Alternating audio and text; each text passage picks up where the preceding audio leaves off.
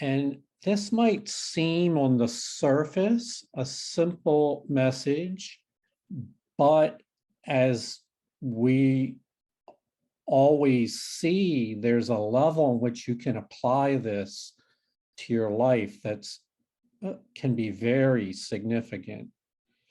So it's about the distinction between maintaining faith or a loss of faith.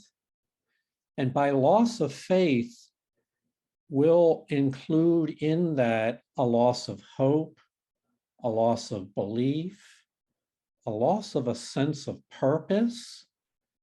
And this is really an aspect of something broader, which is a loss of a sense of yourself. So there's a distinction. Either there's the loss of those things, or there's the walking in the awareness of hope and belief and purpose and a sense of self. So let's go back to the higher state for a moment. The Holy Spirit has a plan for all of us, and that includes each of us, that will call forth a miracle, and whatever is needed to accomplish that goal will be provided. This is faith. I have faith that whatever is needed will be provided. So the plan only requires of you that you maintain the faith.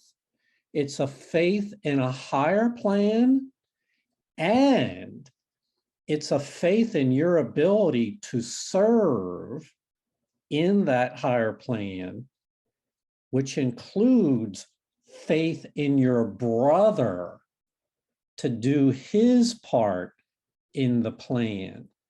And so any one of these variables, if we have a loss of faith in any of them, we drop down into this loss position. And I wanted to make a physical analogy. Perhaps it works for you. You can imagine yourself at home. Perhaps you're preparing a meal. One minute you're feeling fine, and then you have a big drop in blood pressure, or all of a sudden you feel dizzy, like you might faint. And so that's a drop from a normal blood pressure situation into a low blood pressure situation. Well, I think of the loss of faith as something like that. There's we can go into a situation full of faith, and then some trigger comes along, something is said or done where we wind up losing faith in our ability to serve, or faith in our brother, or faith in the broader plan. So this is what we're dealing with, the framework for today.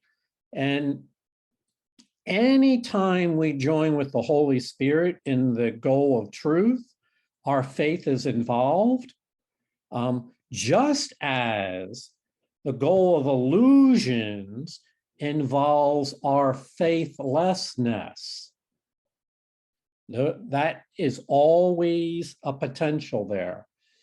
And faltering in your faith will result in your mind entering into the territory of illusions and perhaps staying there too long.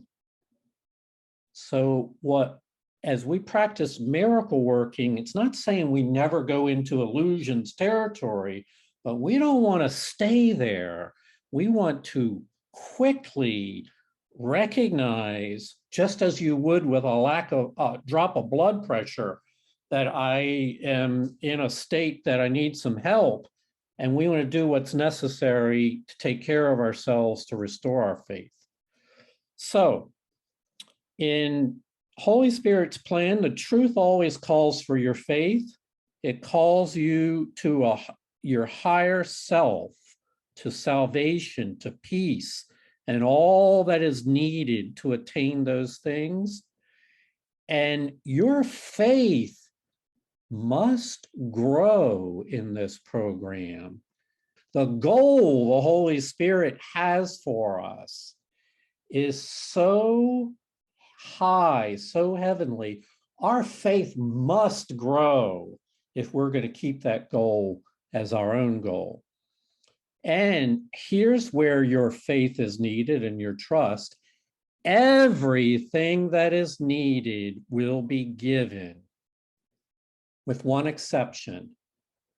The faith that you withhold from the situation, that's the only thing that's lacking, is the faith you withhold.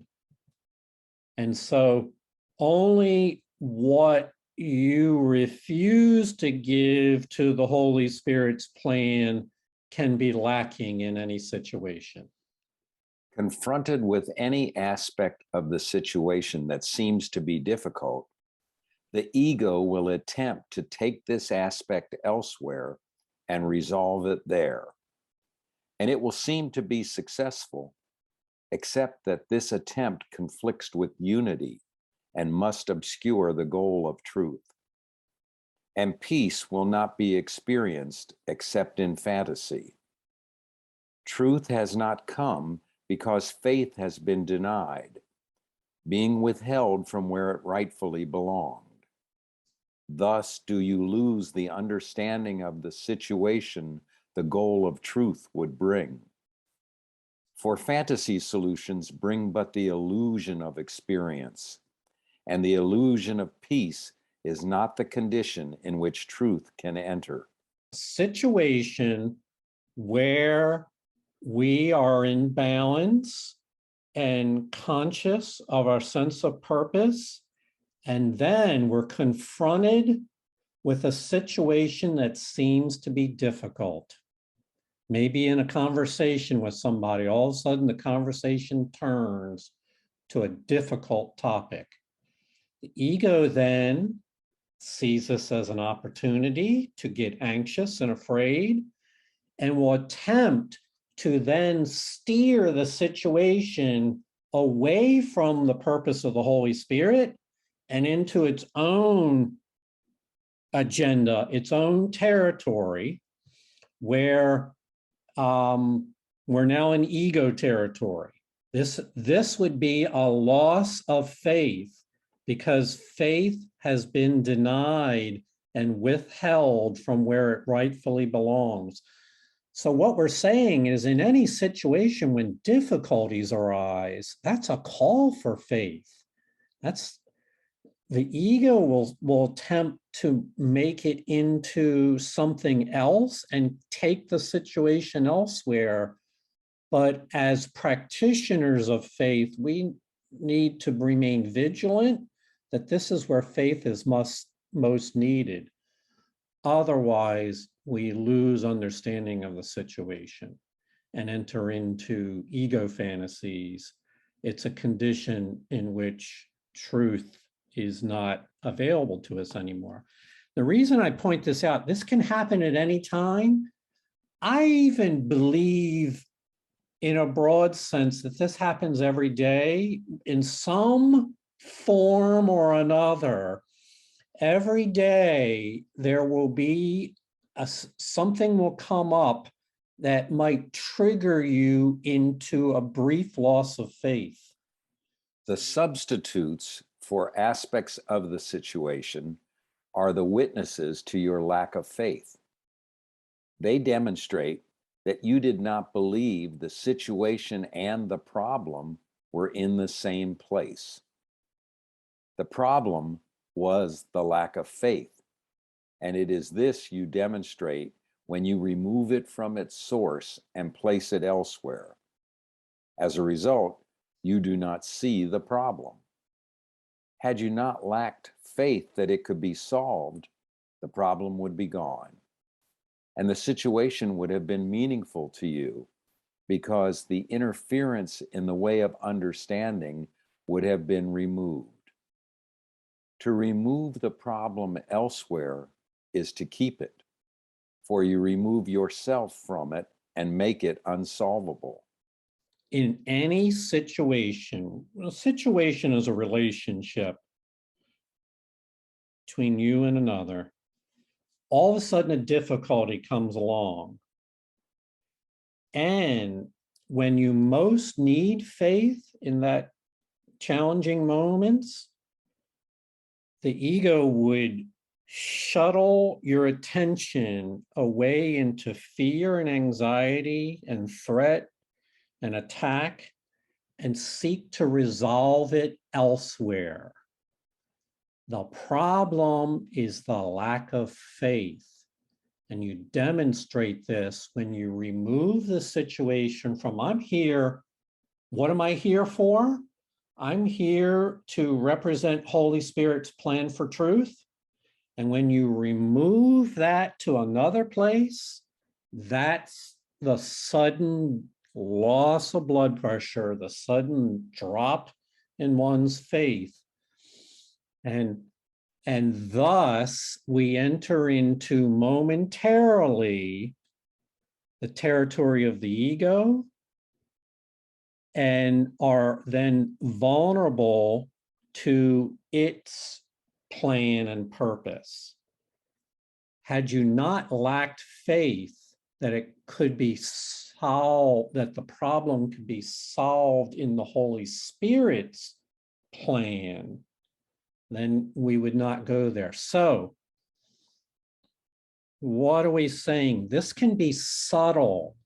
This can happen rapidly, and we are learning to make a distinction between when we are keeping our faith in Holy Spirit's plan and when we lose that. Any kind of situation that used to disturb me, like for instance, we had plans last night to go out with these people that we haven't seen for ages, and I was really looking forward to it and wasn't sure that I'd be able to get to it because of my surgery. And then something came up that we couldn't go. And so unusual for me. The ego was pulling me this way. Oh, what a bummer. And I was saying, no, I cannot perceive my own best interest. I don't know what I don't know. I'm just not supposed to be there. I am where I'm supposed to be. And that's having faith. And it's such a different way of thinking. But I could feel my ego trying to lure me into what a bummer and it sucks and what an opportunity lost. And I kept denying it and going back to, don't know what I don't know, but it's all good.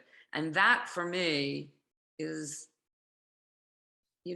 having trust that the Holy Spirit knows better than I do, period. So, what I'm saying is those situations happen for me now. And instead of getting all bummed out, I'm like, that's the plan. It's okay. And that's a real change. Yeah. Thank you. It so illustrates how these things can come up suddenly and unexpectedly and in many different forms. And there you are confronted with a difficulty, something unexpected that the ego wants to use as a basis for condemning the moment and making us unhappy. So you wrestled a victory there, Susie. Thank you for sharing that. That's a miracle. There is no problem in any situation that faith will not solve. There is no shift in any aspect of the problem but will make solution impossible.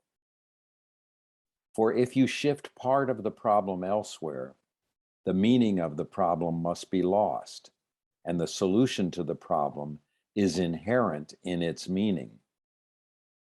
Is it not possible that all your problems have been solved, but you have removed yourself from the solution? Yet faith must be where something has been done and where you see it done. in any situation when a difficulty arises, we have actually a choice. One is to meet that difficulty with our faith. The other choice is to meet that difficulty with ego. And what a different outcome. So Susie acknowledged there was that choice lingering in her awareness of being saddened by this outcome. But she chose instead to meet it with her faith and accept it and not allow her mindset to then be taken to shift the problem elsewhere. So in a broader, more abstract sense, the Holy Spirit has a plan for every day of your life, and all that is needed to advance your part in that plan, everything that is needed will be provided. And we just need to maintain a sense of continuing trust that that is true, and not to second guess the outcomes when they happen. I know that I'm very capable of taking my own analytical skills into a problem and deciding how much better it could be if it were different. But faith tells me, why bother? What's this for? What purpose is there to imagine something better that could happen? That's just a fantasy, to imagine something better could happen. So faith tells me to just let that go and seek to trust that things all have a plan and a purpose, and they work out ultimately for good. To be the witness of feeling peaceful and not even thinking about it, knowing it's the way it's supposed to be, as opposed to the loudness of the ego and what the ego can tell me, and it's this person's fault because they did this and they exposed us to COVID and blah blah blah blah. For what? For nothing. And I was just sitting here thinking, I would be thinking in the past, what did I miss? And everybody got together, and I was, it's all ego thoughts. And I have this, it's just gone. It just doesn't even exist for me. And that is when we talk about the loud craziness of the ego and just the peace of the Holy Spirit. It's just, it's such an experience for me that it's so opposite. Mm-hmm.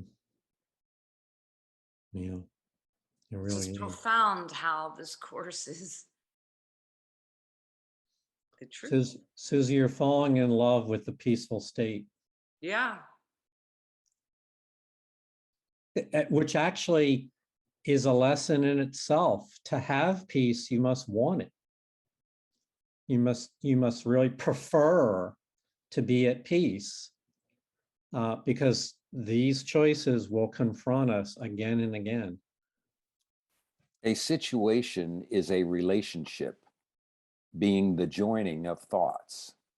If problems are perceived, it is because the thoughts are judged to be in conflict.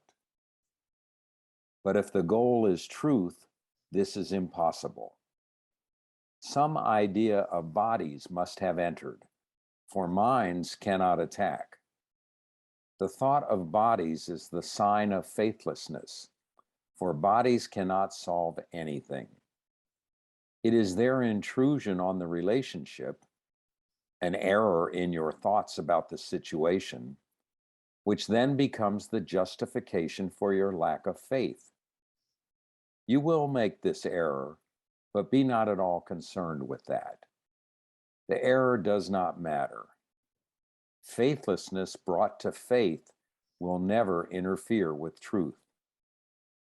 But faithlessness used against truth will always destroy faith. If you lack faith, ask that it be restored where it was lost, and seek not to have it made up to you elsewhere, as if you had been unjustly deprived of it.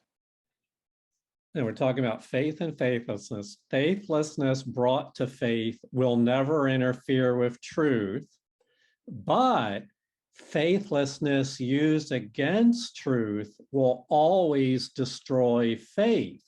Okay, so we're talking about making an error or having a moment of faithlessness, as it says here. You will make the error, but don't be concerned with that. Don't judge yourself and focus on the fact that you had a moment where you lacked faith.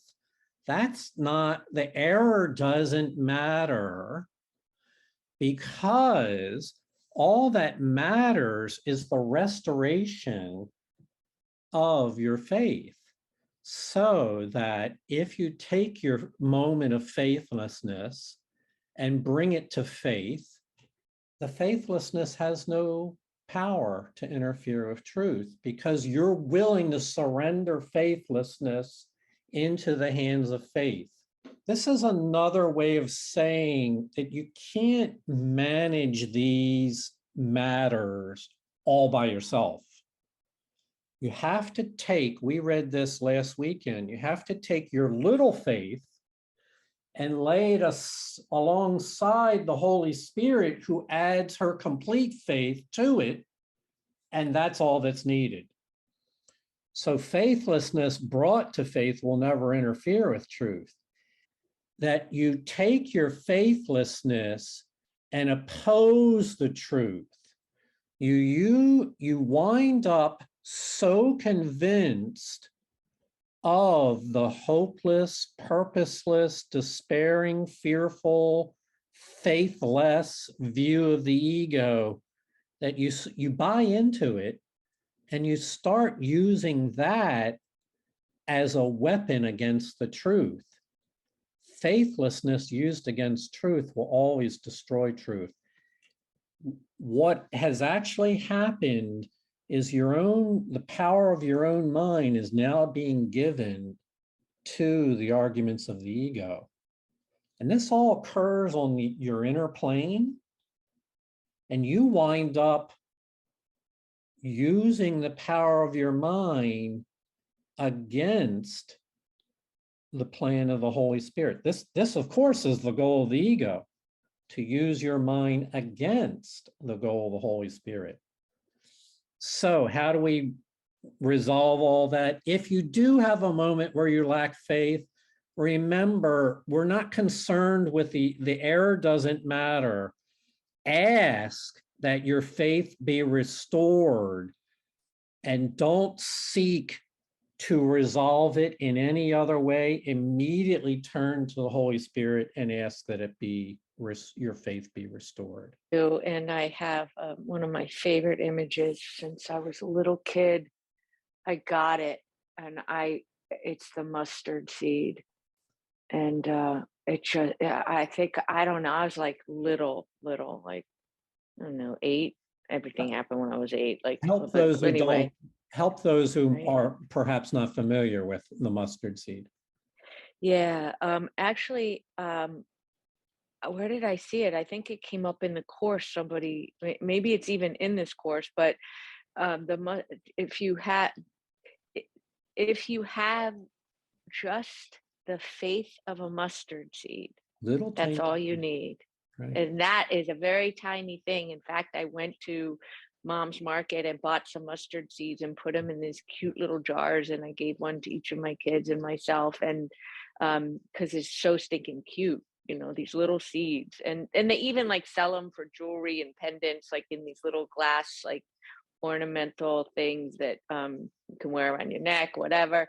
But like, just the visual of that tiny, it only needs to be that small. So I remember when I was little and I heard that, and my mom tried to explain it to me, like, I got it, like, that's all I need. Like, it can be that small. Like, and the other part of it is in the Bible anyway. If you have just the faith of a mustard seed, you can move mountains. I was like, Mm, what? Like that, the contrast from that small little mustard seed to a massive mountain, like mhm. it can make all things right. It can, like, I just have to believe. That's all I need to do. It's not for me to solve. So this moment of faithlessness that grasps me, and I'm sad, or I'm just feeling like hopeless, um, I can seek in that moment to have that visual of, oh yeah, like that little mustard seed in that little jar or my pocket or whatever. Just visualize that, and I can start there. Start small and just give it, just be willing. And that's what I do. And this is so beautiful to be reminded of it, because these times do come to us, especially like this season, right? Like, or whatever, and family things go on, and maybe things aren't exactly the way I want them to be. And it if I get tripped up in those stories, I'll I I will be where does it, how does it say, but faithlessness used against truth will always destroy faith. I don't know. I think I need to hear more about that, because I just don't believe that it can be completely destroyed. So maybe that's my interpretation, but ask and my faith will be restored. So I do get that part. There you Thank go. you. Yeah, it's just a temporary thing. What we're really saying, temporarily, we put on the mask of the ego and then become the opponent of faith, the opposition to faith. But that's a temporary state, as we know. And so the thing is to not get caught in that trap and immediately turn to the Holy Spirit and ask to be restored. There's no guilt in having a temporary loss of faith.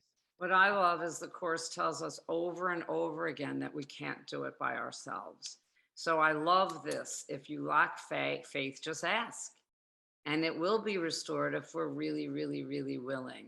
And it reminds me of make no decisions by myself. Yeah.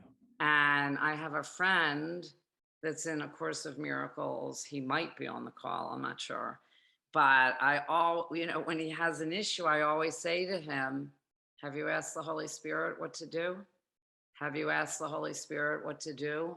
It's such a different experience than having my ego, who speaks first, go do something, right?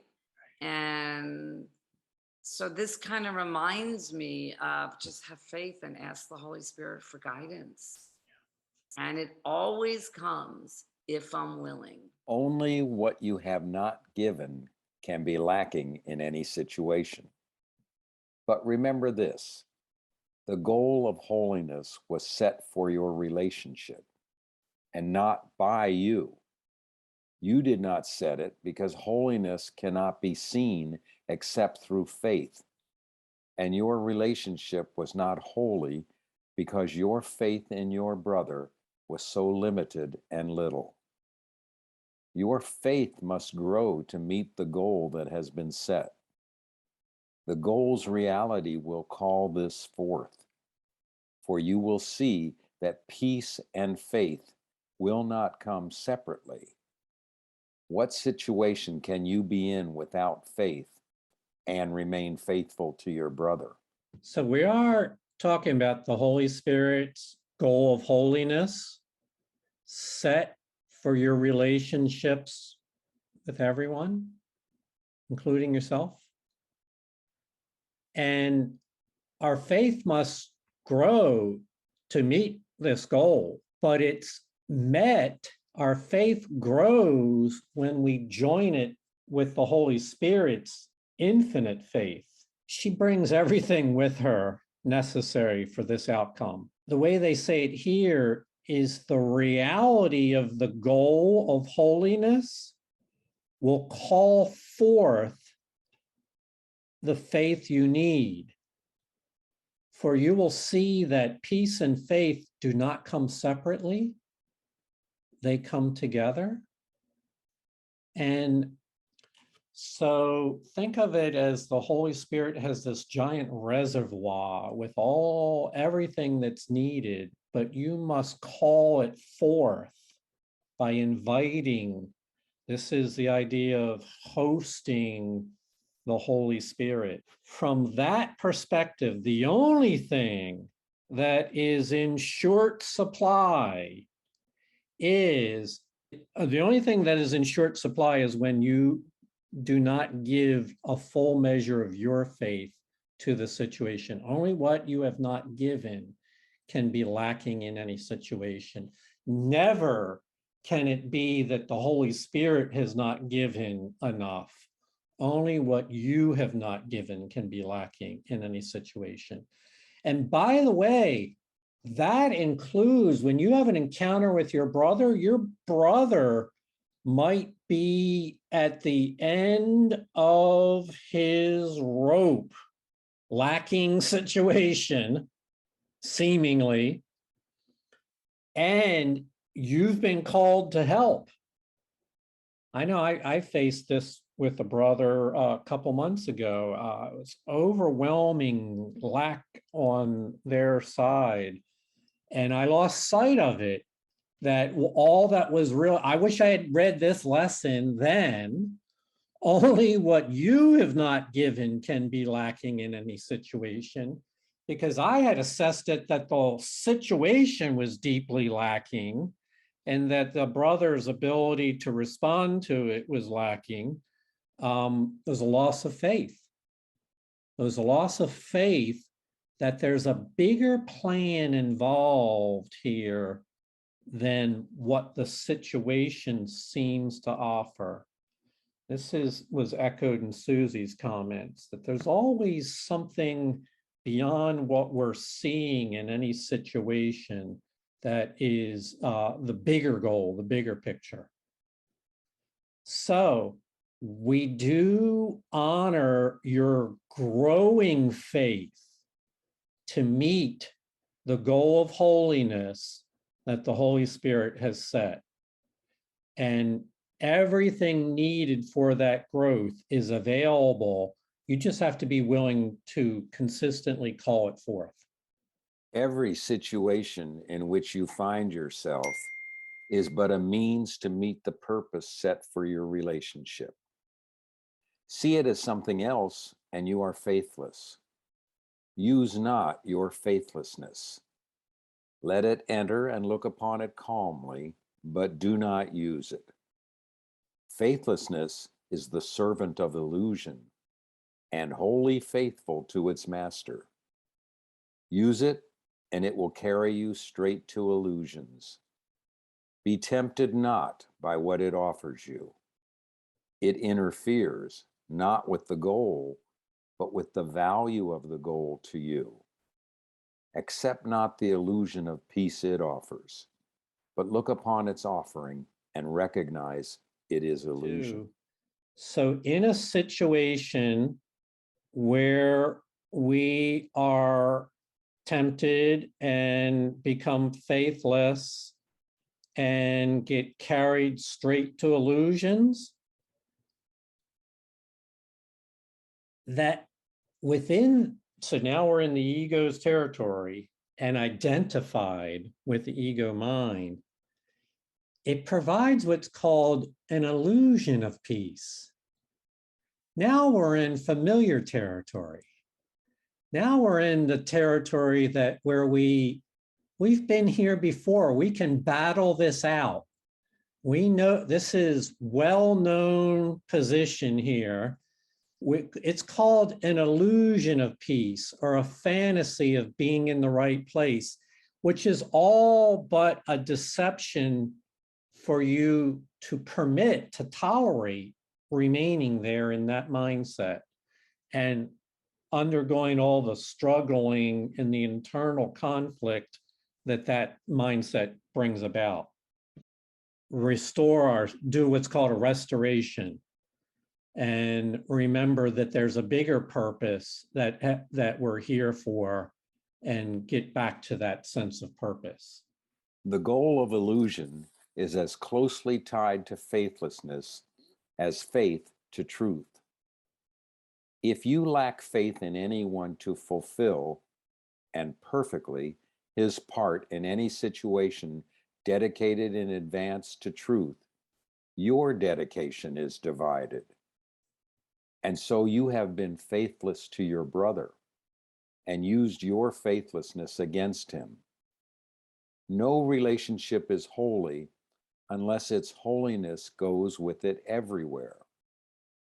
As holiness and faith go hand in hand, so must its faith go everywhere with it. The goal's reality will call forth and accomplish every miracle needed for its fulfillment. Nothing too small or too enormous, too weak or too compelling, but will be gently turned to its use and purpose. The universe will serve it gladly as it serves the universe, but do not interfere. So I'll share this story. A friend of mine is a licensed nurse in Florida and lost his license, was tested positive for marijuana. And they have a whole procedure. Florida Board of Nursing has a whole procedure. And I've helped him out for years, so I got involved and everything. And but my friend also has a strong case of ADD, ADHD, so that trying to rope down these administrative obligations to the Board of Nursing takes a long time because he gets sidetracked on other things. And I was trying to help him. And all of a sudden, I found myself lacking faith in his and I ability to fulfill our part. I thought our part in the situation was to get his license back. That's what I assumed would be best. But all of a sudden, I got overwhelmed by all that was involved in this and lost faith in his ability and mine to help to fulfill the situation. And so being faithless to your brother and used faithlessness against him. This is really speaks to me. I'm not proud of any of this. And as it says here, no relationship is holy unless its holiness goes with it everywhere. I really need to hear this. This was some months ago, so this is kind of after the fact. What I now know is nothing too small or too enormous, too weak or too compelling, if given to the Holy Spirit, can be turned to this purpose. And so if I set outside my mind for a moment that the goal was to get his license back, if I set that aside and assume that the real goal is to love my brother, license or not, well, that part of the goal has been fulfilled. But at the time, I became overwhelmed by the difficulties of the situation that seemed too enormous. And so this is how we learn. I oftentimes learn best from those things that wind up falling short of grace. So this is a really good lesson for me. This is just really unbelievable to me. I might cry. You know, my sister was really, really, really, really ill for 4 years. And in the beginning, I always felt like, what can I do to help and get her better?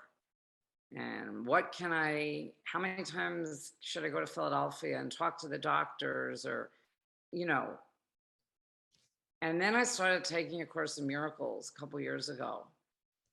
But like this is, I started to have faith that I didn't know why my sister was so ill. I didn't know how the Holy Spirit was using her. I didn't know the last year or two when it seemed like her suffering was enormous in this world, you know. I started to have faith that there's a bigger picture, and I don't know what message or what she's supposed to be teaching others through her illness. Like, and I just moved away from the situation. And this last meaning with love, you know, loved my sister and just prayed all the time. And you know what? I didn't pray for her to live. I just prayed for whatever Holy Spirit was using this situation for. And this last sentence, the universe will serve it gladly as it serves the universe, but do not interfere, really, really speaks to me because I stopped interfering. And I don't know, this is just so amazing. Because having faith, again, put me in a far different, peaceful feeling around my sister and her death than if my ego was running the show. Right. And, you know, I just want to end with, I never thought that I would have been with my sister. This is just goes to show you, I don't know what I don't know. And I was able to be with her and hold her hand as she took her last breath. And I never dreamt that I'd be in Philadelphia. And it was a beautiful moment for me. And without this, it wouldn't have been like that, you know? So the universe will serve it gladly, and it serves the universe, but do not interfere. It's really powerful. So anyway, you know, I'm just overwhelmed with the experience of the course, how much it's helped me. The power set in you, in whom the Holy Spirit's goal has been established, is so far beyond your little conception of the infinite that you have no idea how great the strength that goes with you. And you can use this in perfect safety. Yet for all its might, so great it reaches past the stars and to the universe that lies beyond them, your little faithlessness can make it useless if you would use the faithlessness instead. So what is faith really about? Is it about my little conception of the infinite? Or is it about the power of the Holy Spirit's goal that is far beyond my little conception of the infinite? From the ego, faith appears to be one's little tiny grass. This is the mustard seed. My little tiny grasp of something enormous is the way it looks through little eyes. Whereas through the spirit perspective, it's a goal that includes everyone and everything, and we have no idea how great the strength is that goes with our faith. We have no idea how perfectly we are held in, our spirit and our soul is held in safety and in trust. So this is one of the things we learn more and more with the course is to, if the perspective you have seems little, you're not stuck there. You choose again. You have another choice. And that choice is where your salvation, your peace, and your safety is found. Yet think on this and learn the cause of faithlessness. You think you hold against your brother what he has done to you. But what you really blame him for is what you did to him. It is not his past, but yours you hold against him. And you lack faith in him because of what you were. Yet you are as innocent of what you were as he is. What never was is causeless and is not there to interfere with truth. There is no cause for faithlessness, but there is cause for faith. That cause has entered any situation that shares its purpose. The light of truth shines from the center of the situation and touches everyone to whom the situation's purpose calls. It calls to everyone. There is no situation that does not involve your whole relationship in every aspect and complete in every part. You can leave nothing of yourself outside it and keep the situation holy, for it shares the purpose of your whole relationship and derives its meaning from it. Yes, I put a little. What is the cause of my faithlessness? What initiates that? What's responsible for that? And so immediately we can attribute it to something external, somebody else. That's the easy way out, project it outwards. And then with this course, we realize, oh, well, that must be something that I am seeing. And then what we really hold blame other for is our own sense of blame that we hold against our brother, and lack of faith in our brother because we lack faith in ourselves. So this is really the issue, is the faith what is the cause of faithlessness? It's lack of faith in self. And let's drill on that a little more. When we say self, do we mean ego self? Because you should lack faith in your ego self. It seems to me. That's deserving of lack of faith. Experience will show you that you should not place your faith in the ego. It's really a lack of faith in your ability to join in your higher estate with your higher mind, with the Holy Spirit. That's where our lack of faith comes from. We deviate from that relationship. And so, as always with the course, it helps us not to feel guilty about those mistakes. That's not the intent here, because we're innocent of these things. We're not at fault. We're not held as mistaken. That any deviation from consistency, holding the Holy Spirit, is really just a form of lapsing into a sleep, into a dream. We call it, it's causeless. There's true cause and false cause. Lapsing into a dream is false cause. And the true cause, which is capital C, is the cause for real faith. And it's the cause of everything. That cause has entered any situation that shares its purpose. It calls to everyone and involves everything and is complete in every part, and nothing is outside of it.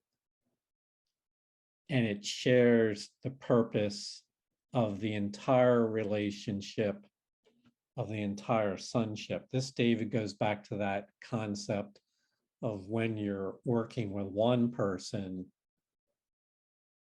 what is the complete scope? And the fact is, when we're healing with one, we are contributing to the whole, because it's a whole, it shares the purpose of your whole relationships and derives meaning, not just from that single encounter, but from the entire picture.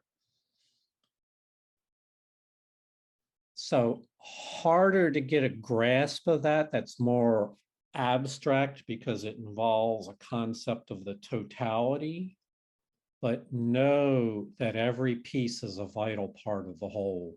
And whenever we're working on healing in any part, it is really a big, that part is an essential component of the entire whole. This is the way the Holy Spirit views everything. Every part is an essential component of the whole. And so as you heal with one, you heal with them all. Enter each situation with the faith you give your brother, or you are faithless to your own relationship. Your faith will call the others to share your purpose, as the same purpose called forth the faith in you. And you will see the means you once employed to lead you to illusions transformed to means for truth. Truth calls for faith, and faith makes room for truth. When the Holy Spirit changed the purpose of your relationship by exchanging yours for His, the goal He placed there was extended to every situation in which you enter or will ever enter. And every situation was thus made free of the past, which would have made it purposeless. You call for faith because of Him who walks with you in every situation. You are no longer wholly insane, nor no longer alone. For loneliness in God must be a dream. You, whose relationship shares the Holy Spirit's goal, are set apart from loneliness because the truth has come. Its call for faith is strong. Use not your faithlessness against it, for it calls you to salvation and to peace. So I find it very interesting, or many times when I read this, I said, oh, when the Holy Spirit changed the purpose of your relationship by exchanging yours for His, my ego says, oh, wait a minute, I didn't agree to that. I didn't know that. And then it says, then when the Holy Spirit did that, the goal He placed in the purpose of your relationship was extended to every situation in which you enter or will ever enter. So translate, now under this program of the Holy Spirit, if we are willing, then to share the Holy Spirit's goal of holy relationships, the Holy Spirit's goal of truth, then every situation you enter into, she has that in mind. That's her purpose. Every situation. And therefore, now those situations are no longer isolated, fragmented, separate components of life, but now they are joined with the bigger plan of life that the Holy Spirit has to return everyone home to peace. So all this is entailed in Holy Spirit's purpose of relationship. It's the goal that the Holy Spirit has placed. It's not necessary that you and I fully comprehend how all these things interrelate into a universal plan for bringing the sonship back to its awareness of love. All that's really necessary is we take the faith that we currently have and we join that with the complete picture that the Holy Spirit has and leave our faith there, trust that our faith there is complete and whole. Everything else will take care of itself.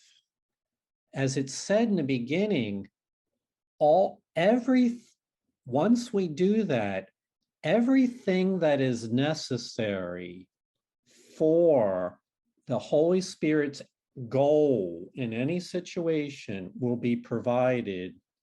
The only thing that ever comes up short is our own lack of faith. That's the only thing that is variable in the situation. And so let us, as we go into these final weeks of the year, let us commit ourselves once again to maintaining consistent devotion to keeping our faith where it properly belongs in a plan that involves everything and everyone. We read just paragraphs ago that this plan is so far beyond our conception. We tend to view things in little terms. It's so far beyond our little conception of the infinite. We have no idea how great it is. So let us recommit to maintaining our faith in this greater plan. If I share the mind of God, why would my concept of the infinite be so limited? We do share the mind of God. I would call that a fact. We share Right. the That's mind what of I'm God. saying. A I have fact. that fact so that I would understand. Some Therefore, aspect of me right. has the concept of the infinite, of infinity, Yes. that I don't think is small. Yes. Well, this is a fact. We would call that the highest truth. The highest truth. It's not small. It's part and whole are joined together. Infinite being and infinite self are joined together.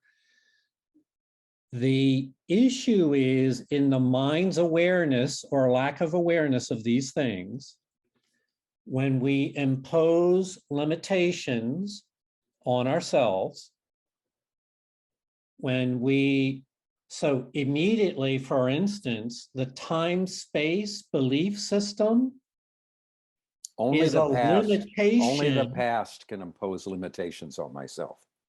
True. Only the concept of the past can impose limitations on myself. And that's what this talked to me about today. Yes. Is that everything that's unholy that I bring into a relationship is the past. Yes. Yes. And that's where my faithlessness comes from. Yes. Through my, quote, interpretation of the past, yes. which is through my ego. Yes. That's how this spoke to me. Yes. And often that's packaged. Those things are packaged in a conceptual framework, which we take to be true, like a conceptual framework of time and space, or of bodies, or whatever framework that might be. And it's very easy to buy into those frameworks as to assume that they are a valid basis. But all that is part of the trap. Salvation can be seen as nothing more than escape from concepts. Nothing more that it is the escape or the freedom from conceptual frameworks born in a time, space, finite, limited thinking. And it's not to say that we're wrong or sinful or immoral to do those things, but we immediately move our attention and awareness into little thinking. So yes, both are, one is true and the other is a part of what we would call a dreaming state of thinking that the dream is real, when in fact reality continues to go on unchanged, regardless of our awareness or unawareness of it. My peace exists only outside the realm of the time-space continuum. Yes. Only in the now. Yes. Yes. The time-space continuum is a belief system that the ego says, well, now that we're separate in time and space, separate from infinity and eternity, let's build a new framework. Let's create our own framework from within that starting point. And so, yes, time and space concept is fallacious and ultimately leads to littleness and limitation. And so we would, the framework we use in the Course in Miracles, the split mind concept, David says, there is right now and continuously and forever a part of your higher awareness that never loses sight of that truth. It's continuous reality. You were created for that purpose. So there's no detaching from what you are. But, and then we use this metaphor, descend down the ladder into the pit of confusion. Awareness buys into a time-space framework, and then all this illusion gets generated from there. It's funny that you mentioned the ladder, because as I was reading this last bit, I said, oh, you know what this is? This is the ascension of the ladder. This is high up the ladder stuff. Yes. Yes, it is. Yeah, the Holy Spirit's purpose actually, it is high up the ladder, David. I think of it like a calling, you know, like if you're on the way on a journey and you hear the voices ahead and you're on track, it's a calling to there. And Susie illustrated it with her reconceiving of canceled plans for the evening. It's like, well, I'm still being called by something greater. That doesn't stop because of disappointments in time and space. I still have this greater calling, and thus I keep my faith with the bigger plan that the Holy Spirit has set, whose context includes everything and everyone. As a matter of fact, this is so interesting. We could say, Susie, in time, a canceled plan for the evening viewed from the perspective of time and space is a disappointment. It's a foiled goal. But from up on top of the ladder that is beyond time and space and has only holiness as its goal, canceled plans for the evening don't interfere with the goal of holiness. Matter of fact, we live for another day to experience holiness with those people in another form, in another day. You know, I look at that, I really do, with the death of my sister. I don't look at it. I look at it that I don't see the greater plan. I don't know. Mhm. I know, though, that whole incident, that all those years had a purpose that I just can't see. Yes. I just don't know what the Holy Spirit's plan is. But I do know that in this world, my sister was a huge teacher, and people learned a lot of lessons through her illness, Mhm. courage, you know, grace. I don't know. But I do know she was being used for a greater purpose. Mhm. Mhm. And I'm okay with that now. I'm at peace with that. Yes, Yeah. Pretty amazing. it is amazing. So, well, it feels like the conversation just got started, but our time and our reading is coming to a close. So, stay connected, my friends. Keep the faith. Remember, the goal of the Holy Spirit transcends the ups and downs of time, and there inevitably will be ups and downs in time and space. That's the way it plays out. But the goal of holiness remains steady and constant. And if we keep our faith there, then we remain steady and constant. And that's where peace is found. It's a steady state, not a vacillating state. I just wanted to say, I learned elsewhere in the Course of Miracles, like as a little shortcut to things is like, why is this good? You know, like any situation that comes up that I think this can't be good, but if I change my mind to why is this good, and then I try to find the goodness in it, the lesson in it, and that really helps me a lot. Yeah, yeah, yeah. That's beautiful, Arlette. A teacher of mine phrased it, "Where is the good in this?"